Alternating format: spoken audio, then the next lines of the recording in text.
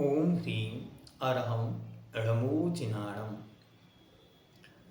वीतराग सर्वज्ञ अरिहंत महाप्रभु के इस पवित्र जिन शासन में वर्णित विषयों पर हम चर्चा कर रहे हैं। उनमें से आज हम 5 पापों पर चर्चा करेंगे। सबसे पहले पाप क्या है, तो कहते हैं बुरे भाव, विचार या बुरे कार्य करने को पाप कहते हैं, अथवा जिस कार्य के करने से इस लोक में अर्थात इस संसार में और परलोक अर्थात जब हम मरण करके दूसरे लोक में जाएंगे तब अनेक प्रकार के दुखों को सहन करना पड़ता है, अपयश होता है, अर्थात दुष्प्रवृत्ति होती है, उसका नाम पाप है। यहाँ पर भी दुख मिलेगा और अन्यत्र जब हम जाते हैं तो वहाँ भी दुख मिलता है। अब आगे सिद्धांत ग्रंथों में इसकी परिभाषा क्या दी, तो आचार्य पूज्यपाद देव ने लिखा, पाति रक्षति आत्मानं शुभात् इति पापम। जो आत्मा को शुभ से अर्थात अच्छे कामों से बचाता है उसका नाम पाप है। मतलब जो अच्छा नहीं करने देता उसका नाम पाप है। पाप कितने प्रकार के होते हैं, तो पाप 5 प्रकार के होते हैं। हिंसा, झूठ, चोरी, कुशील और परिग्रह। हिंसा, झूठ, चोरी, कुशील, परिग्रह, ये 5 पाप होते हैं।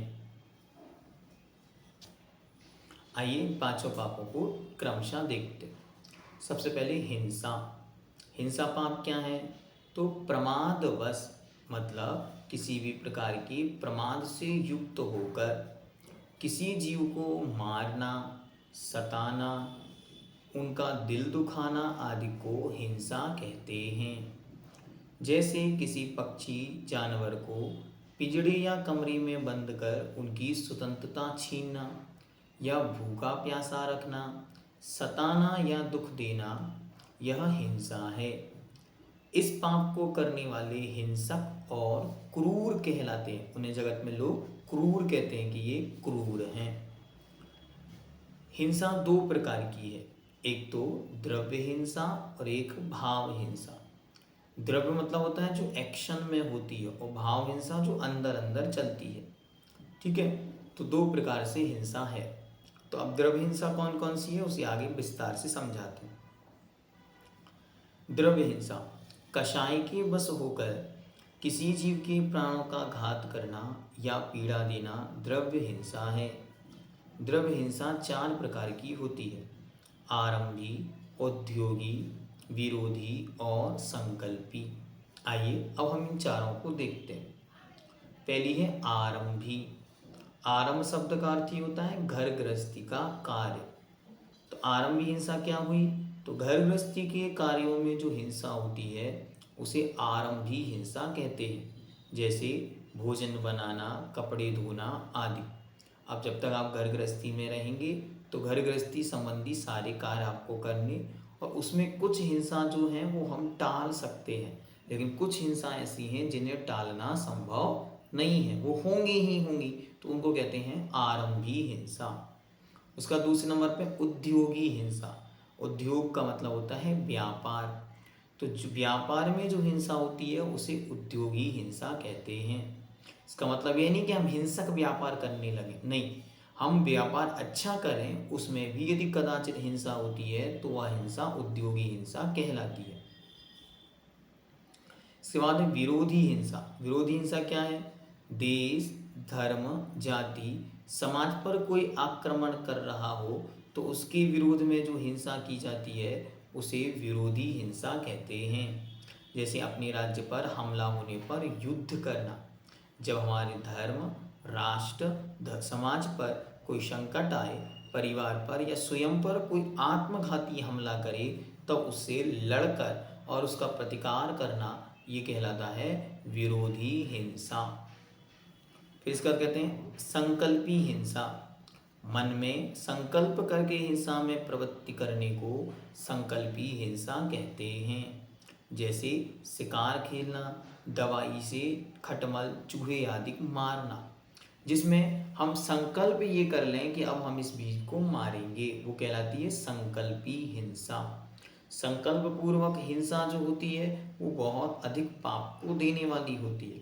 इसलिए आचार्यों ने कहा कि सामान्य ग्रस्त अगर 3 प्रकार की हिंसा नहीं छोड़ पाता है, आरंभी, उद्योगी और विरोधी, तो कम से कम हर एक जीव को संकल्पी हिंसा का त्याग करना चाहिए। अर्थात मैं संकल्प पूर्वक इनको, इसको या इस परिस्थिति में नहीं मारूंगा। हमारी आशा है कि आप सब जो इस क्लास को अच्छी तरह सुन रहे हैं वो इस संकल्प को धारण करेंगे कि हम मन में ऐसा संकल्प कभी जीवन पर्यंत नहीं करेंगे कि मैं इसे मारूंगा। ठीक है, उसकी रक्षा नहीं हो सकती है, ठीक है, लेकिन मारने का मन में विकल्प भी नहीं आना चाहिए। न मच्छर का, न चींटी का, न वर्र का, न ततैया का, न भौरा का, और कोई भी पंचेंद्रिय पशु हो या एक इंद्रिय से लेकर 5 इंद्रिय तक पशु हो, इन जीवों को हम संकल्प पूर्वक कभी नहीं मारेंगे। ये संकल्प भी आपने लिया तो महान अहिंसा व्रत धारण किया। अब कहते हैं भाव हिंसा। भाव हिंसा क्या है? आत्मा में राग द्वेष की उत्पत्ति होना भाव हिंसा है। अर्थात अपने परिणामों में निरंतर कलुषता को धारण करना, यही भाव हिंसा है। देखो, द्रव्य हिंसा तो कभी कभी होती है, द्रव्य हिंसा तो थोड़ी सी होती है, लेकिन भाव हिंसा तो 24 घंटे चल सकती है। भाव हिंसा पर कोई कानूनी केस नहीं होता। ध्यान से सुनो, आपको पता है अगर मैंने किसी को मार दिया तो अभी रिपोर्ट हो जाएगी, तो क्या करेगा? बच के चलेगा द्रव्य हिंसा से। लेकिन भाव हिंसा कैसी है? आप सोचो, हमें इसको मारना, उसको मारना, इसको मार दिया, उसको मार दिया, ये सब चलता रहेगा और पूरी महाभारत आप अपने दिमाग में चला सकते हैं, लेकिन उसका फल आपको भोगना पड़ेगा। देखो कितना सुंदर उदाहरण। भाव हिंसा के कारण तंदुल मक्ष भी सप्तम नरक गया। हिंसा करने वालों को मिलने वाले दुष्परिणामों की अनेक कथाएं पुराणों, प्रथमन युग के पुराण ग्रंथों में मिलती हैं, जिनका हमें स्वाध्याय करना चाहिए। स्वयंभू रमण नाम का जो अंतिम द्वीप है, उसका अंतिम समुद्र, मतलब इस संपूर्ण मध्यलोक का जो अंतिम द्वीप है उसका नाम स्वयंभू रमण है, और उसको घेरे हुए जो द्वीप है उसका नाम है स्वयंभू रमण द्वीप। उस स्वयंभू रमण सागर में, द्वीप के बाहर जो सागर है, उस स्वयंभू रमण समुद्र में बहुत बड़े बड़े मत्स्य रहते हैं, जिन्हें महामत्स्य कहते हैं। वे बड़े बड़े मत्स्य वहाँ पर रहते हैं, जिनका नाम है राघव मत्स्य। उन राघव मत्स्य को क्या करते हैं, वह इस तरह मुंह खोले रहते हैं वो, तो उनके मुख में बहुत जीव प्रवेश करते हैं। 6 महीने वो जागते हैं, उसके बाद 6 महीने वो सोते हैं। तो जब वो 6 महीने सो जाते हैं तब उनका मुख इस तरीके से खुला रहता है, और जब उनका मुख खुला रहता है तो बहुत सारे जीव, बड़ी बड़ी मछलियाँ और छोटे जीव सब उसके मुख में जाते हैं और घूम घाम के बाहर वापस आ जाते। वो किसी भी जीव का घात नहीं करता। तब क्या होता है, उसके ही कान में एक मच्छ रहता है जिसका नाम है तंदुल मच्छ। तंदुल मच्छ उसे इसलिए कहते हैं क्योंकि वो चावल की आकृति का है, चावल की साइज का है, इसलिए उसको कहते हैं तंदुल मच्छ। तो तंदुल मच्छ जो उसके कान में रहता है वो इस दृश्य को देखता है कि अरे ये तो 6 महीने से मुख खोल के बैठा है, इतने जीव अंदर गए लेकिन एक को भी इसने मारा नहीं। इसकी जगह यदि मैं होता तो एक को भी छोड़ता नहीं।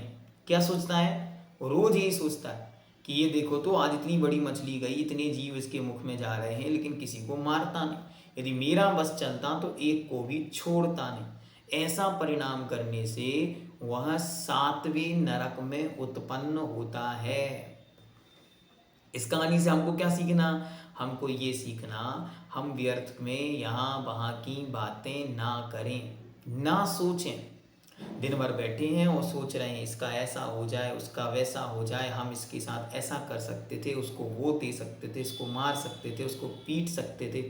ये सब प्रवृत्तियां दिमाग में चलती हैं तो अदालत में, न्यायालय में, कोर्ट में आपका केस नहीं होगा, लेकिन वीतराग सर्वकर्हंत महाप्रभु ने कहा है कि कर्म की अदालत में फैसला हुए बिना रहेगा नहीं, इसका निर्णय होगा और कर्म का फल आपको भोगना पड़ेगा।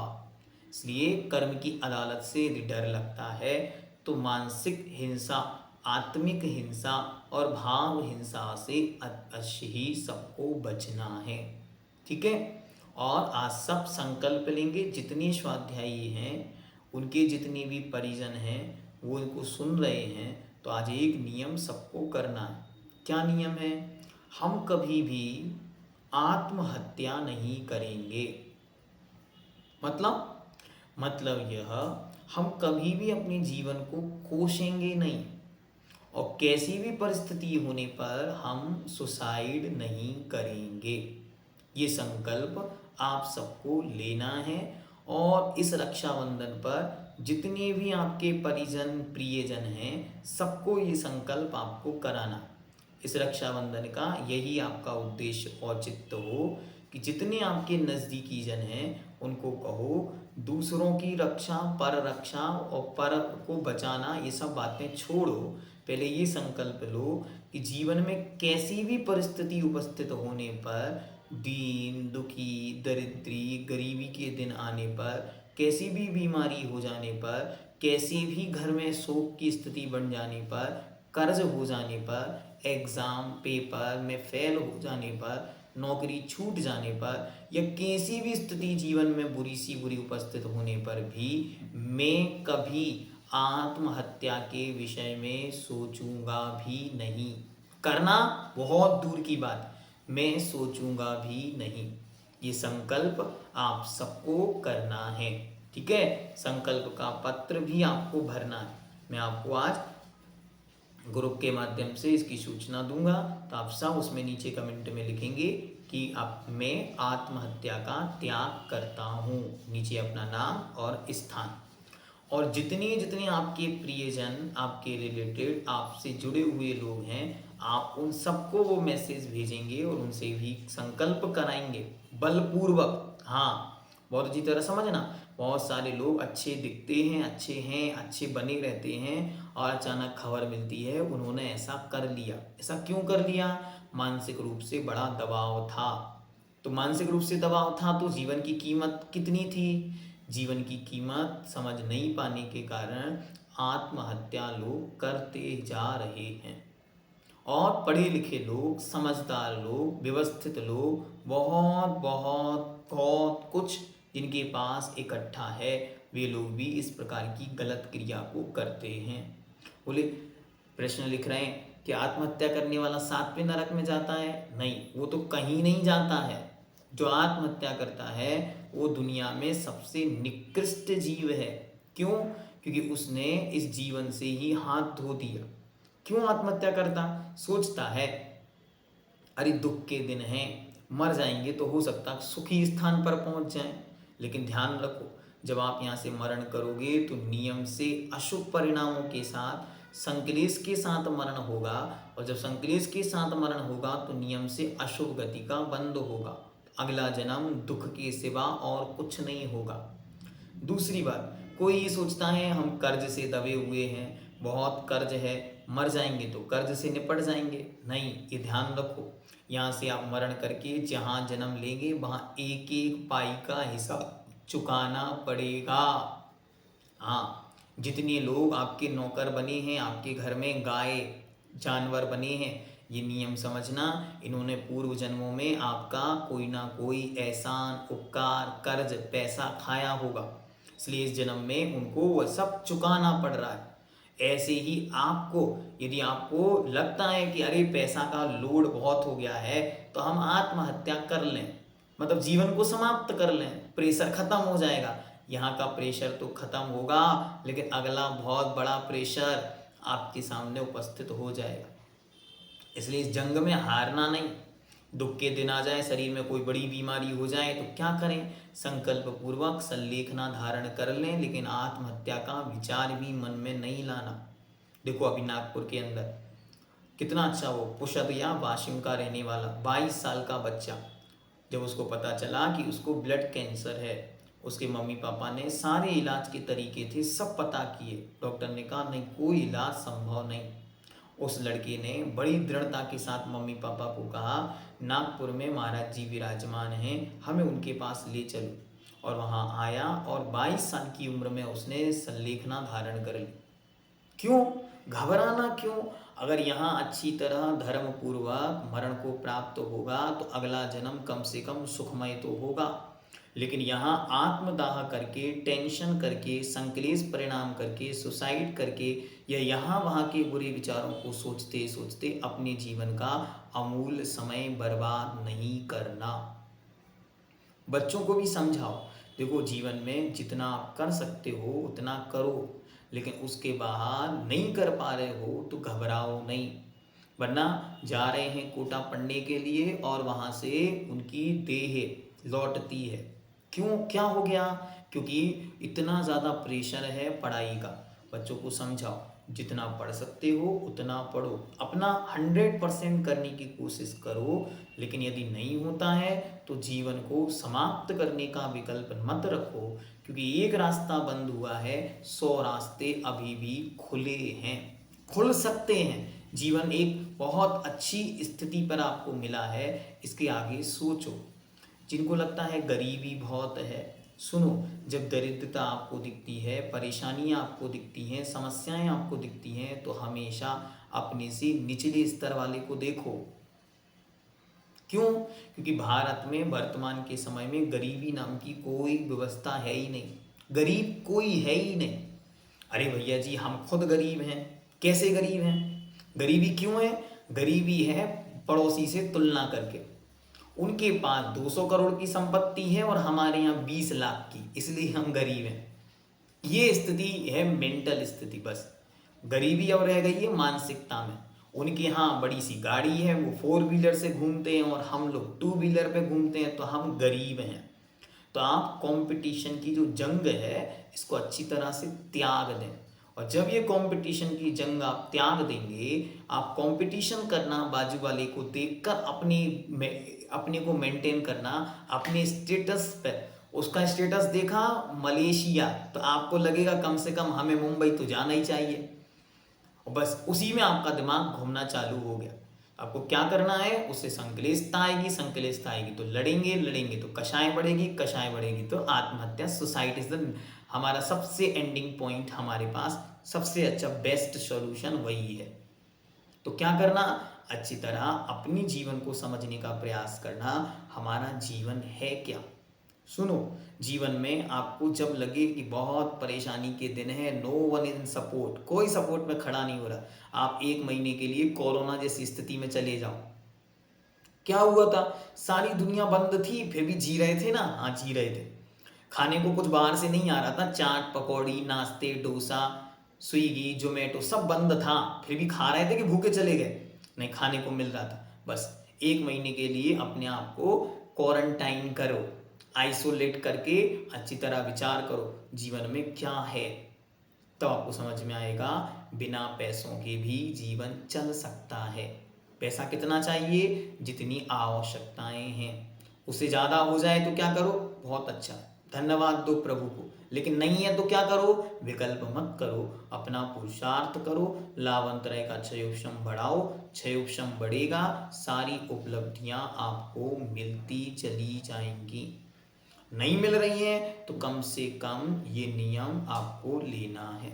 सबको आज ये संकल्प करना है, मैं कैसी भी परिस्थिति उपस्थित होने पर भी आत्महत्या का विचार भी मन में नहीं लाऊंगा, क्योंकि इस जीवन से दुर्लभ यहाँ कोई नहीं है।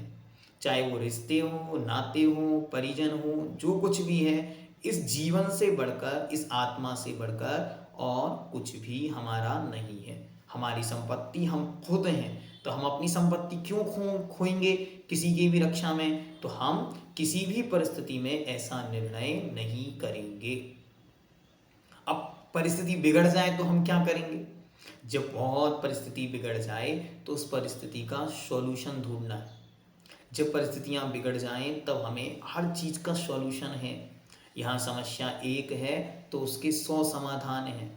लेकिन हमारा फोकस समस्या पर ज़्यादा है तो समाधान दिखाई नहीं देता। हम लोग क्या करते, हम लोग हमेशा नेगेटिविटी में चले जाते और नेगेटिविटी में सोचते चले जाते। हमारी मानसिकता इतनी नकारात्मक है, मैं कह रहा हूँ भारत में गरीबी नहीं बची। फिर भी आप कहोगे नहीं नहीं बहुत गरीब लोग हैं। वो गरीब इसलिए हैं क्योंकि उनकी मेंटल स्टेट अभी गरीबी पर है। वे अपनी मानसिक स्थिति को बढ़ाएं तो भारत सरकार उन्हें खाने को दे रही है, पीने दे रही है, पढ़ने दे रही है, रहने दे रही है, घर बना कर दे रही है, टॉयलेट्स बना कर दे रही है, शिक्षा मुफ्त में दे रही है 8वीं तक। उसके बाद रोजगार की योजनाएं दे रही है, उसके बाद दुकान खोलने के लिए लोन दे रही है, महिलाओं को हर महीने की एक फिक्स राशि दे रही है। अब आप बताओ इससे ज़्यादा और क्या चाहिए एक जीवन को जीने को। फिर भी नहीं जी पा रहा है तो उससे बड़ा नकारा मक्कार दुनिया में कौन होगा। यही स्थिति हमारे साथ है। हम लोग क्या कर रहे हैं, यहाँ वहाँ की मेंटेलिटी में, कंपटीशन की दुनिया में एक दूसरे को देखकर बस रात दिन तुलना करते रहते हैं। उनके पास इतना, अपने पास तो कुछ है ही नहीं। तो आपको परेशानी होती है, आपको हीनता आती है और हीनता आपको डिप्रेशन की ओर, मेंटल बेडनेस की ओर लेके चली जाती है। आपको क्या करना, जो हमारे पास है एक बार हाथ जोड़ के प्रभु से यही प्रार्थना करो, हे भगवान जो मिला हम उसके लिए शुक्रगुजार हैं, हम आपको धन्यवाद देते हैं। कभी दिया, देखो आपके आप में 32 दांत हैं मुख के अंदर, ठीक है, ऊपर भी है नीचे भी है, बराबर गिन लेना कितने हैं, बराबर है, ठीक है। अब उनमें से एक दांत टूट जाए तो क्या करोगे, सारे दिन आपकी ये जिह्वा उसी दांत पर जहां वो खाली स्थान हुआ वहां जाके अटकेगी। जब खाओगे तो वहां दांत में अन्न अटकेगा, फिर जब आप ब्रश करोगे तो वहां जाके ब्रश अटकेगा, फिर आप जब कुछ भी फंस जाएगा तो वहां पर कुछ ना कुछ करते रहोगे। तो ये क्या हो रहा है, जहां अभाव है वहां सारी दुनिया टिकी है, और जहां सद्भाव है 32 की जगह 31 तो बाकी हैं। तो 31 के लिए कभी धन्यवाद है क्या, 31 के बारे में कभी विचार है क्या, 31 के बारे में कभी सोचा हमने कि बैठ कर के अब 31 सुरक्षित हैं। क्यों नहीं सोचते, क्योंकि हमारी मेंटल स्थिति ऐसी बन चुकी है। मानसिकता अभाव की ओर दुनिया देखती है, सद्भाव में कोई नहीं देखता। जैसे अभी आपके सामने एक पर्व आ रहा है, त्योहार आ रहा है, तो हमारे मायके से तो फोन ही नहीं आया, तो आपको टेंशन नहीं है। टेंशन देने वाला कौन है, टेंशन देने वाले हैं वे लोग जो मायके जा रहे हैं। यहाँ वहाँ चर्चाएं होंगी और आपके पास कोई फोन नहीं आया तो आप बैठकर रोएंगे, संकलेश परिणाम करेंगे, और संकलेश परिणामों से अशुभ आयु का, अशुभ कर्मों का और असाता वेदनी का बंद करोगे। इसलिए क्या करना, अपनी जिंदगी के स्टेटस को मेंटेन करो, व्हाट्सएप स्टेटसों को छोड़ के। क्या कह रहा हूं, ध्यान से सुनो। दुनिया के स्टेटस देखने की जगह अपनी जिंदगी का स्टेटस देखो, और अपनी व्हाट्सएप स्टेटस मेंटेन करने की जगह अपनी जिंदगी का व्हाट्सएप, अपनी जिंदगी की लाइफ को मेंटेन करने के बारे में सोचो कि हमारा स्टेटस क्या है। हम अपनी जिंदगी किसके अनुसार चला रहे हैं, इसके अनुसार। मोबाइल देवता जैसा कहता है वैसा हम करते हैं, वो जो दिखाता है हम वैसा देखते हैं, जैसा वो सोचने को मजबूर करता है हम वैसा सोचते हैं। और हमारा जीवन कहाँ से कहाँ जा रहा है, कितना सुंदर जीवन हम बना सकते हैं अगर थोड़ा सा अपना पुरुषार्थ अपने लिए करें। तो अच्छी तरह आज ये संकल्प करके विचार करें कि हमारी आत्मा का कल्याण कहाँ है, हमारी आत्मा का उद्देश्य क्या है। जो मिला है वो पर्याप्त से भी ज़्यादा है। सुनो, मैं तो हमेशा जैन लोगों से और जैन माताओं से खास कर कहता हूँ, दुनिया में सबसे पुण्यशाली कोई है तो जैन धर्म की महिलाएं। हाँ, जैन कुल में जन्म लेने वाली महिलाएं दुनिया की सबसे ज़्यादा अमीर, सबसे ज़्यादा इंडिपेंडेंट, सबसे ज़्यादा एजुकेटेड, सबसे ज़्यादा सौभाग्यशाली, सबसे ज़्यादा पुण्यशाली हैं। फिर भी वे रात दिन रोती हैं। क्यों?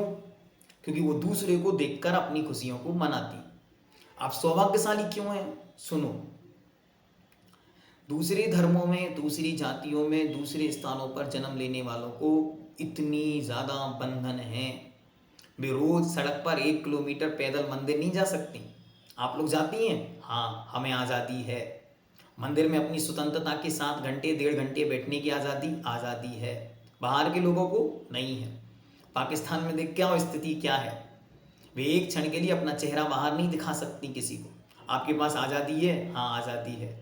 कमाता कौन है? पति देव। और उसका व्यय करने का अधिकार किसको? आपको। 50% नहीं, 100% आपका ही है वो द्रव्य। बाहर लोग क्या कर रहे हैं? जाओ आप दुनिया में, वो खुद कमा रही हैं और खुद अपना घर नहीं चला पा रही, तो आप सौभाग्यशाली। उनको दूसरों के घर के कपड़े बर्तन और दुनिया भर के काम करते तब जाकर उनके घर में रोटी आती है।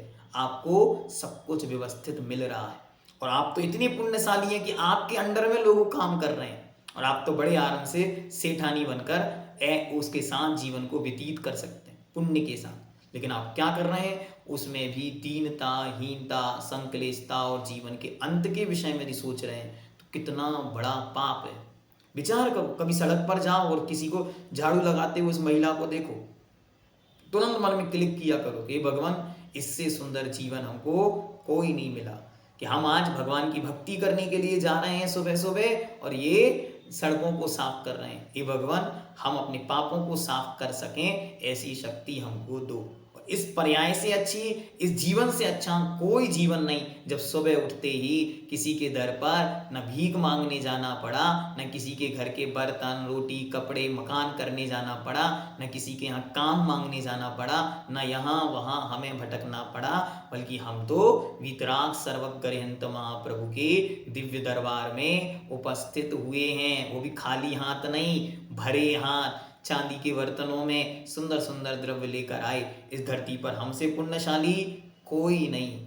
आपको कहना चाहिए अपने घर में सबसे कि सबसे पुण्यशाली हम हैं।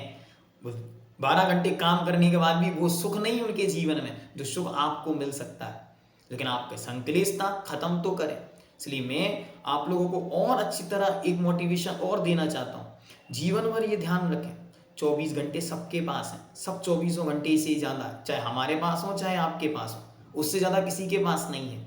लेकिन उसमें से आपने 40 मिनट भी अपने जीवन के लिए निकाले, अध्ययन करने की बात सोची, स्वाध्याय करने की बात सोची, तो ये समझो इस धरती पर हमसे अच्छा टाइम को मैनेजमेंट करने वाला कोई नहीं।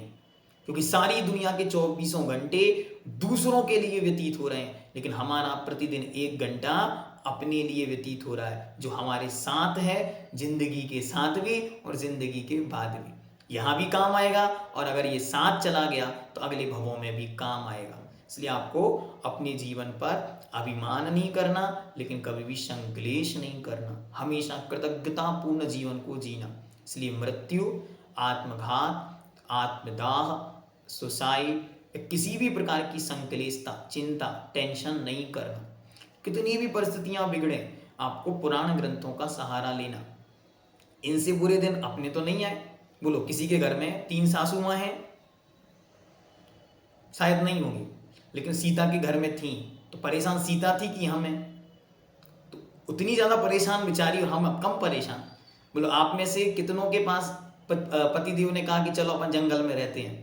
सबके पास घर है ना, तो व्यवस्थित घर है, घर तो है, छत है हमारा बराबर, छत के नीचे 4 दीवालों के अंदर हम रहते हैं, तो बस आपसे सुखी यहाँ कोई नहीं। बेचारी सीता सारी जिंदगी जंगलों में बीत गई तो हम उससे सुखी, ठीक है। तो हमें अपने सुख की ओर एक बार दृष्टि रखनी, कागज पे एक बार नोट बना के लिखा करो कि हम किस किस चीज़ का सुख है।